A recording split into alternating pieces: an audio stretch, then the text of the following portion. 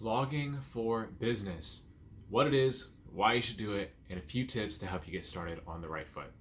What's up? I'm Zach. Welcome to the Mission Driven Impact YouTube channel, where we help impact driven business leaders raise awareness by clarifying their message, getting the word out, and building a loyal community of fans and supporters. So if you're a nonprofit ED, the founder of an impact driven startup, a social entrepreneur, or you're just somewhere else in the impact space, this is going to be a good one for you, because I believe that a blog is one of the most powerful marketing channels really any business, regardless of industry size, can have. I'm not going to say it's a 100% universal solution, but a blog has a lot of benefits in terms of boosting your authority, giving you an outlet for thought leadership, bringing people to your website. But importantly, it can also be a really killer customer acquisition channel. The problem is that most blog advice out there, in my experience at least, is tailored towards people who are running food blogs or travel blogs, people who are creating digital courses, or who are making their money through affiliate marketing and advertisements. As a business, you got other things to do, right? And so you need to be really efficient and smart about your marketing, and have something that you can leverage, have something that works for you consistently in the background to bring leads to you so that you can actually fulfill the mission of your business or organization. That's what I think a blog can do for you. So in the next few minutes, I'm going to be covering who can benefit from a business blog, what you should be focusing on, and how to actually do it right to make sure you're not just posting some random content that no one sees. Make sure that it's actually getting results for your business. Before we dive in, make sure you subscribe, hit the notification bell. I put out 2 videos every single week, and I don't want you to miss them. All right, let's dive in. All right, who can benefit from a business blog? If you answer yes to any of the following points, I want you to tell me down in the comments. I'm pretty curious. So, easy one first. If you need to get discovered, if you need more eyeballs on your business, if raising awareness is on the top of your priority list, then a blog can be a great way to get found by leveraging the power of SEO, that's search engine optimization. And so you can think about it just like whether someone has just discovered that they have a problem, they've just started facing a challenge, and they want more information about it, they want to be educated about it. Maybe they're looking for solutions to however big or small, major or minor this problem is. They're going to look for solutions. They're going to consider you and maybe some of your competitors. Maybe they're going to weigh taking action with at all versus not taking action at all. There are a million different things that people are considering. Maybe you're one of them. Or maybe they've narrowed it down and they're ready to work with you. They just need that one final step. A blog can address people at every stage of that journey, especially as they turn to Google, as they turn to search engines. Your blog can be there waiting to answer their questions, waiting to add value, and waiting to introduce yourself as someone who can make their life better. In a similar vein, if you want to build an audience, right, build a community of people who are going to support you, people who are potential customers, clients, donors, people who believe in the cause that you're fighting for, right, people who really align with your values. A blog is a great way to capture those people from Google, from any of your other promotional channels, and then actually get them onto your email list, right? It's very common to end a blog post with some sort of content upgrade or a lead magnet, even just a form right there that just says, if you want more articles like this, we'll send them to your inbox. That's a very powerful CTA that my agency uses a lot, and it's pretty effective. All that to say is that you can get people on an email list. You can maybe direct people to a Facebook group, wherever your community's hanging out. A blog is a great way to say, listen, we are the hub for people like you who are interested in this certain topic. We are the hub for this kind of information, this kind of knowledge. And the right people will be drawn to that. And pretty soon you'll be creating a space for a community. And that's something that's very powerful, not just for your business, but just in life in general, I think. All right, third, if you want to become an expert authority, that go-to expert in your niche or among the people you serve, if you want to increase your thought leadership, then a blog is a very natural and effective way of boosting your authority. What I mean by authority here is just the way that you demonstrate your competence. You are competent enough to help someone overcome the problem that they're facing, right? That's why you're in business. The other piece of this, of course, is empathy. But empathy and authority together determine how much people feel like they know, like, and trust you. That way, when you get on a sales call or when people are in the checkout page, right, that sale, most of the selling is already done. 80% of the work is already done because your blog has proven, first of all, has demonstrated your approach, especially if it's unconventional. It's proven that you know what you're talking about, right? People are digesting this information. They're more and more getting the sense that they know, like, and trust you. Then when it's time to actually make that sale, ask for a donation, whatever it is that you need them to do to move the bottom line, it's going to be right there, easy. And I hope it's sounding more and more believable to you at this point that a blog can be an excellent customer acquisition channel. You can convert people to customers, clients, and donors straight off of a blog post. I think for a while that really wasn't common practice, just to have a direct conversion from a blog post, but I've been seeing a lot of people do this with success. My agency has started doing this, and we've been seeing success with it as well. Otherwise, you can capture people with the blog, take them to an email list, and nurture them over a period of days or weeks, however long that life cycle is. By being on your email list, they're super warmed up, but they wouldn't have gotten there without finding value in your blog post first. So customer acquisition, if you need more customers, if you need to boost your thought leadership and your authority, if you need to get discovered and just get more eyeballs on your site, then a blog is definitely something that you could benefit from. So cool, if I've convinced you to start a blog, that's awesome. I support you, I'm here for it. Let me know how I can help. But there's definitely a difference between writing something and throwing it up in that section of your website, calling it a blog, and actually intentionally approaching business blogging as a marketing channel, as a customer acquisition channel. And so the things you really need to be focusing on in terms of metrics are leads.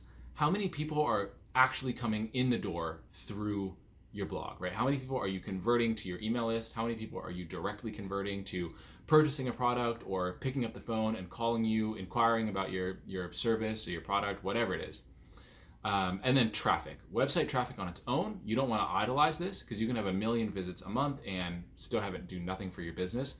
But traffic does solve a lot of issues. And in fact, if you're running into an issue in your marketing and you're not sure how to solve it, try to bring some more traffic to your website. That oftentimes will either just straight up solve the problem or will quickly illuminate where that problem is.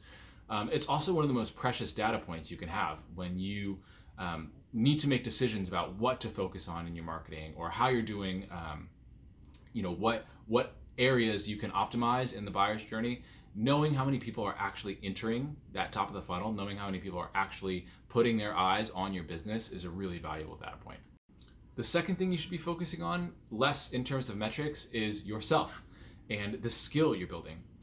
Blog writing, content marketing, however you want to think about it, it's a marathon, not a sprint. And it's not going to take you years to see results, but it'll probably take you a couple of months, especially if you're just starting out. The first few blog posts you write are going to totally suck. The first time you try to set up analytics, you're probably going to set it up wrong or track the wrong thing or not know which numbers to look for. These are all just sort of, they're not really obstacles or stumbling blocks. It's just part of the learning curve, right? That's something that I tell you from experience. You can overcome that learning curve really quickly. The learning curve is not that steep. It's not like trying to learn mathematical modeling software or anything like that. It's just a matter of you have to keep iterating, give yourself permission to suck at first, give yourself permission to do B- work, ship things before you're ready, because that quality is going to come the more and more that you practice and the more and more that you produce and actually get things out there. So leads, traffic, and then also focus on consistency. Focus on consistently learning, consistently sharpening that skill, and consistently actually putting something out. I recommend a minimum of once per week, not that much more because then quality might start to suffer. If you can put out one super high quality blog post a week that your readers think, they email you and they say, wow, thank you. That's the kind of post you should be putting out. Put it out once a week. You'll be golden in like 2 or 3 months. If you're thinking, that's great, Zach, I can be consistent, I can track these metrics, I know blogs for me, but I still don't know what to write, then subscribe and hit the notification bell because my very next video coming out is going to be about topic selection, how to never run out of ideas, and how to actually implement the ideas that are going to take your business forward. So like and subscribe so you don't miss that video. By this point in the video, you should definitely have a pretty strong suspicion about whether or not you can benefit from a blog and whether or not you're up for the challenge of posting consistently once a week at least, and the things that you should be, tracking and measuring, etc. So I wanted to wrap up this video with just a few pointers on how to do it right, how to get started on the right foot. Let me just say there's like almost 2 billion websites that are indexed by Google. I think it's 1.7 billion last time I heard or something like that.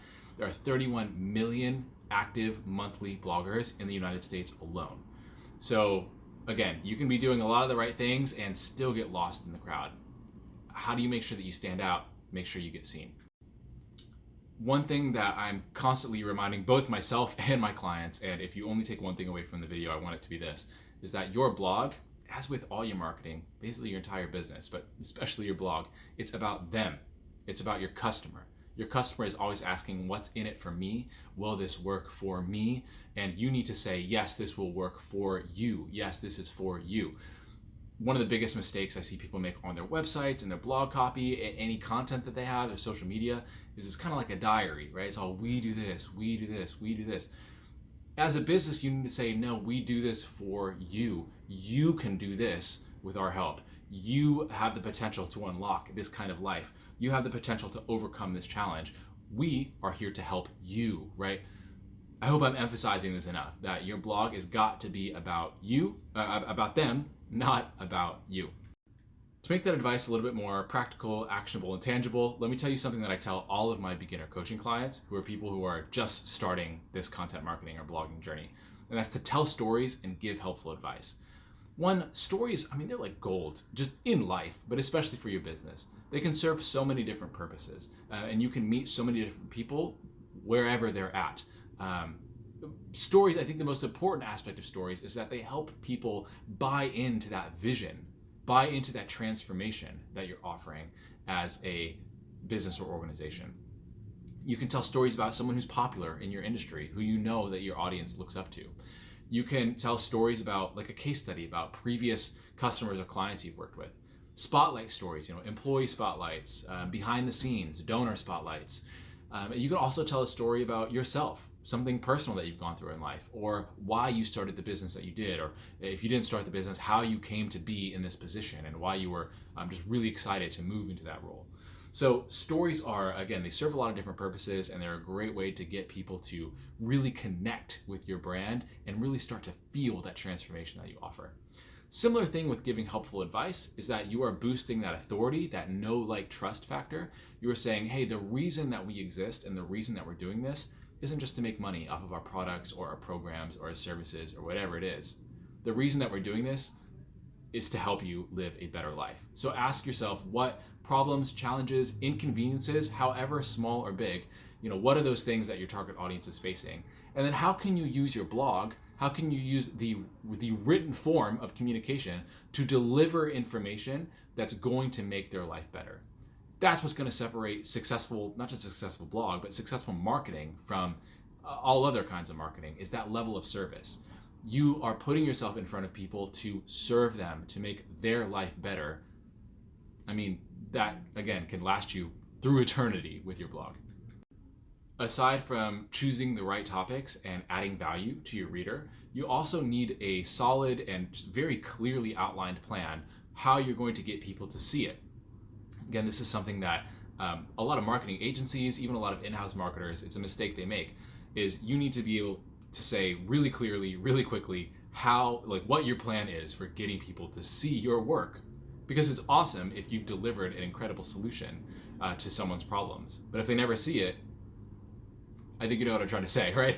So have a promotion plan. Are you going to post these articles in relevant Facebook groups? On Reddit? Are you going to answer questions on Quora and include a link?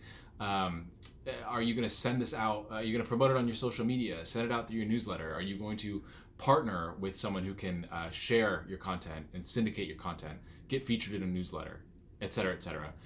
It doesn't really matter what it is. You just need to make sure that you know what it is, that you're committed to it, and that you're actually measuring to see how effective it is. Make sure that people can see your stuff.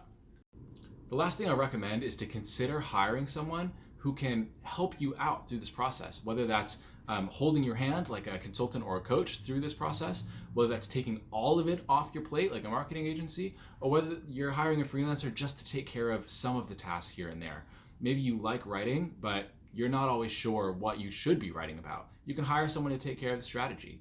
Maybe you like creating, but you're not so good at promoting. You can hire someone to take care of the promotion, the uploading, the formatting, the graphics, the images, whatever you need. Just consider the things that you really need to do and the things that you can get off your plate. That's going to accelerate your progress a lot more quickly. I do think that one of the quickest, most efficient, and cost-effective ways to make sure you're getting long-term results is to hire a consultant or a coach who can actually teach you and guide you through this process. That way you're building your capacity as an organization without surrendering control to a freelancer or an agency and becoming dependent on them. If that sounds like something that you could definitely use, if you want someone to get one-on-one in the trenches with you and hold your hand through the process, I left a link down in the description. I want you to book a call with me. We're going to talk for 30 minutes just about how to move your business forward, and we'll take things from there. In the meantime, let me know if there's anything else I can do to serve. I'll see you in the next one.